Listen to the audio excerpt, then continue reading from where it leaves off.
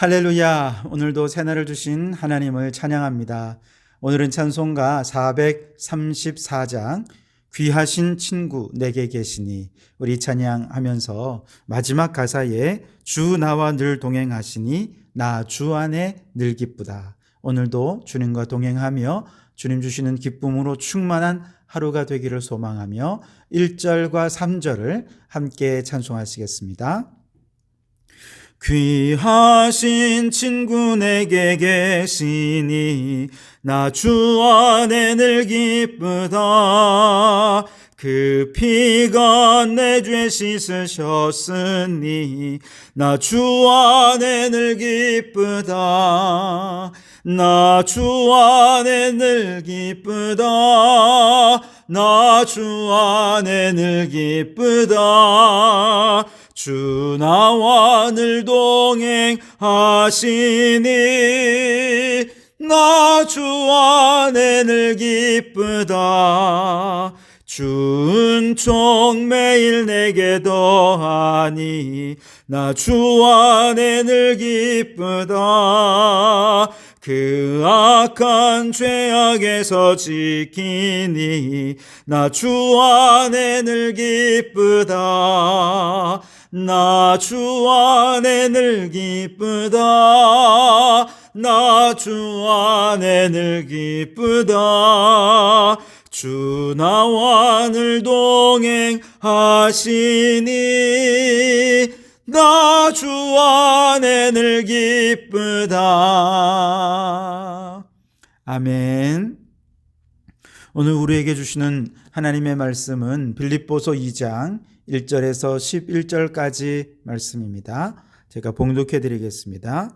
그러므로 그리스도 안에 무슨 권면이나 사랑의 무슨 위로나 성령의 무슨 교제나 긍휼이나 자비가 있거든 마음을 같이하여 같은 사랑을 가지고 뜻을 합하여 한 마음을 품어 아무 일이든지 다툼이나 허용으로 하지 말고 오직 겸손한 마음으로 각각 자기보다 남을 낮게 여기고 각각 자기 일을 돌볼 뿐더러 또한 각각 다른 사람들의 일을 돌보아 나의 기쁨을 충만하게 하라. 너희 안에 이 마음을 품으라. 곧 그리스도 예수의 마음이니 그는 근본 하나님의 본체시나 하나님과 동등됨을 취할 것으로 여기지 아니하시고 오히려 자기를 비워 종의 형체를 가지사 사람들과 같이 되셨고 사람의 모양으로 나타나사 자기를 낮추시고 죽기까지 복종하셨으니 곧 십자가에 죽으심이라. 이러므로 하나님이 그를 지극히 높여 모든 이름 위에 뛰어난 이름을 주사 하늘에 있는 자들과 땅에 있는 자들과 땅 아래에 있는 자들로 모든 무릎을 예수의 이름에 꿇게 하시고 모든 입으로 예수 그리스도를 주라 시인하여 하나님 아버지께 영광을 돌리게 하셨느니라. 아멘.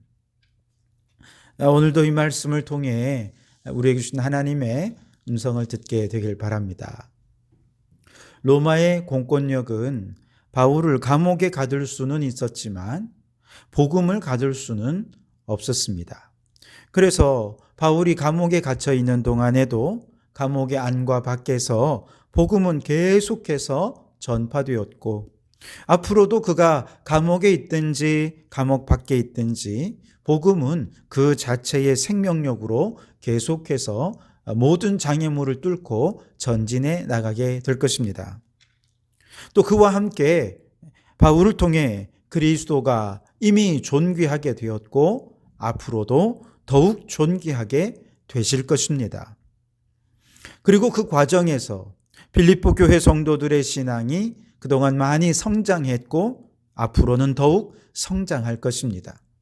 그래서 바울은 나는 이미 일어난 것으로 인해 기뻐하고 앞으로 일어날 일들로 인해 기뻐하리라. 그렇게 선포한 것이죠.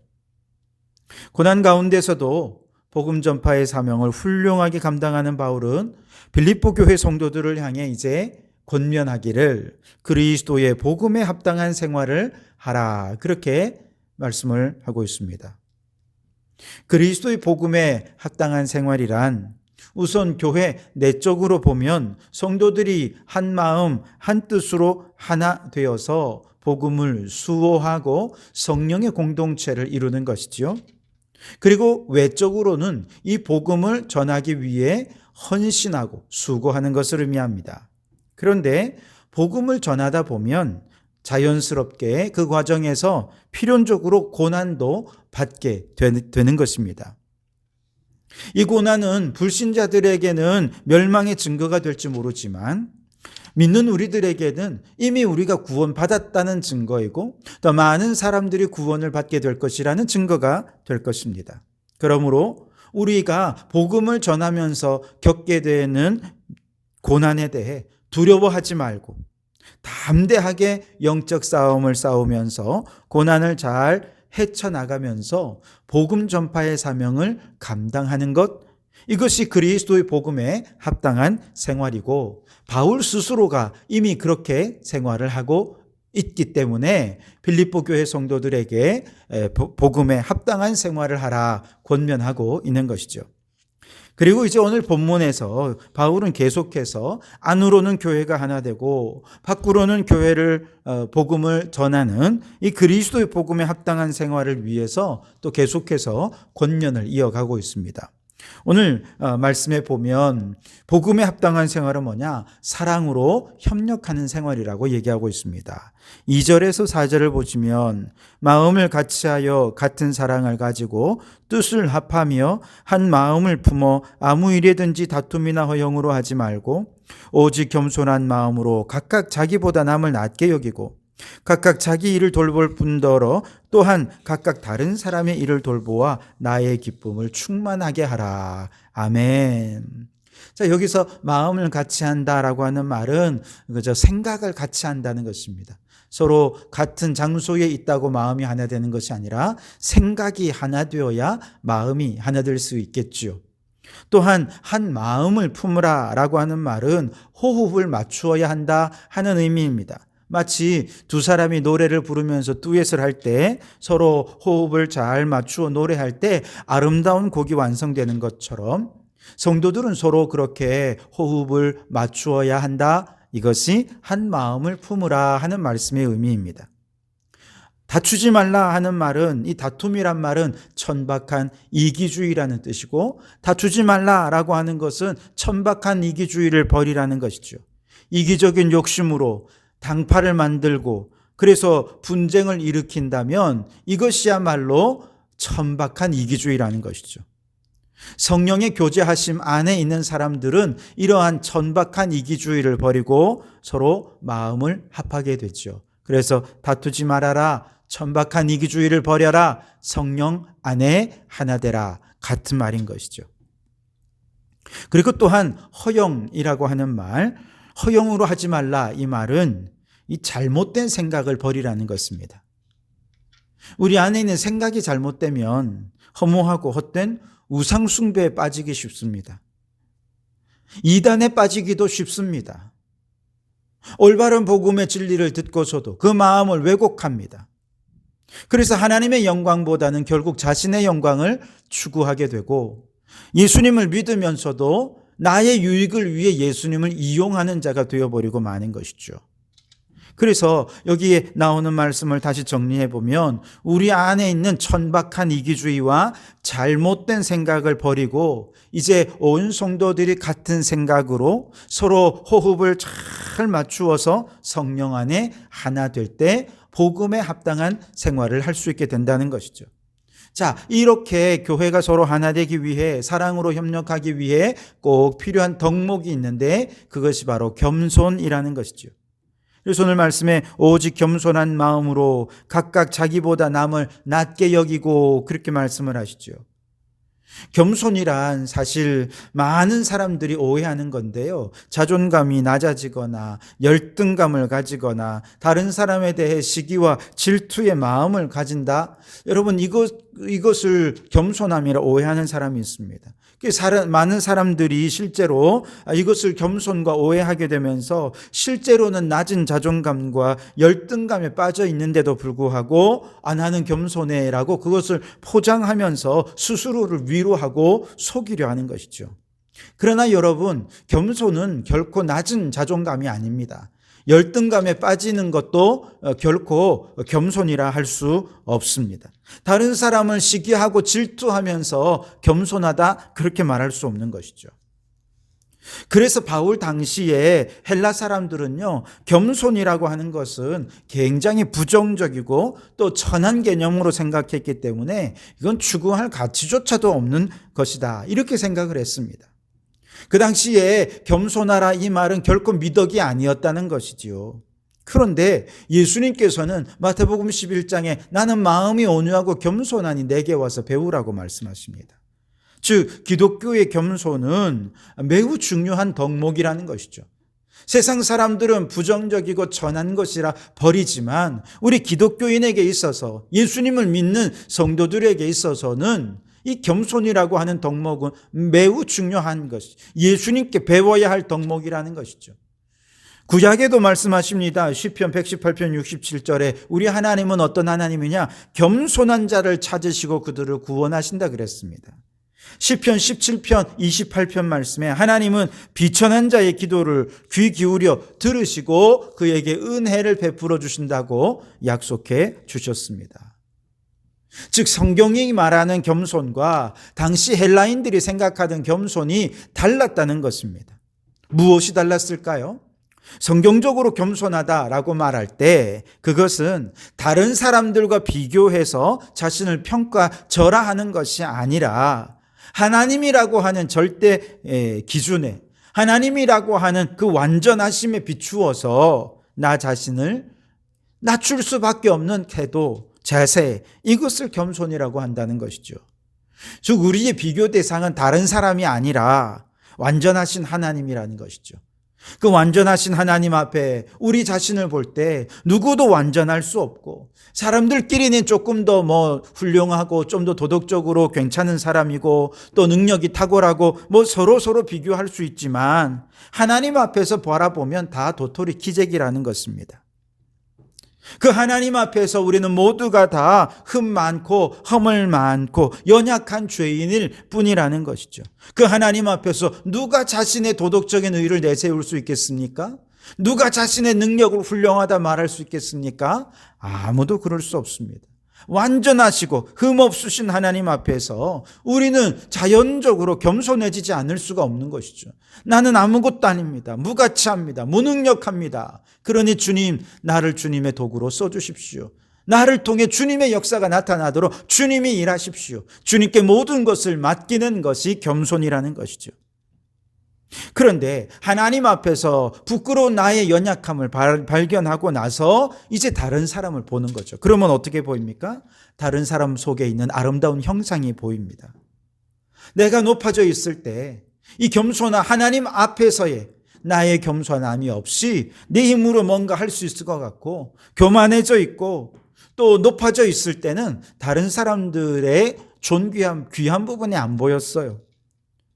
서로 비교하려 하고 또 어떻게든 저 사람을 이기려고 하고 저 사람보다 내가 더 나아지려고 하고 높아지려고 하고 내 것을 더 많이 자랑하면서 스스로를 뽐내려고 하지만, 그런데 하나님 앞에서 완전히 낮아지고 겸손해진 나 자신의 모습, 그것이 나라는 사실을 깨닫고 난 다음에 다른 사람을 바라보니 그 사람 안에 있는 하나님의 형상, 존귀한 모습들이 보여지기 시작하더라는 것이죠.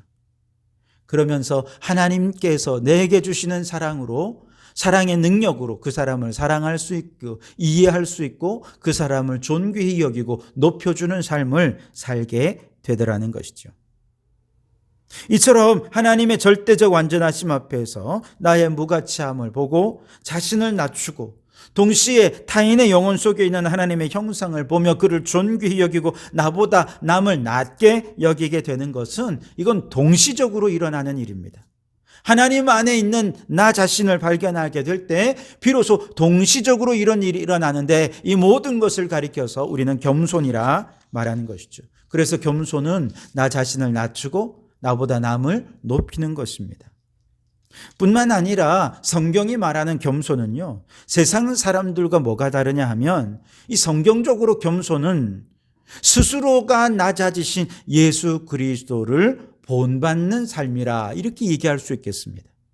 오늘 5절에서 11절 말씀이 바로 그걸 얘기하죠. 너무 귀한 말씀입니다. 다시 한 번 더 읽어드리겠습니다. 너희 안에 이 마음을 품으라. 곧 그리스도 예수의 마음이니 그는 근본 하나님의 본체시나 하나님과 동등됨을 취할 것으로 여기지 아니하시고 오히려 자기를 비워 종의 형체를 가지사 사람들과 같이 되셨고 사람의 모양으로 나타나사 자기를 낮추시고 죽기까지 복종하셨으니 곧 십자가에 죽으심이라.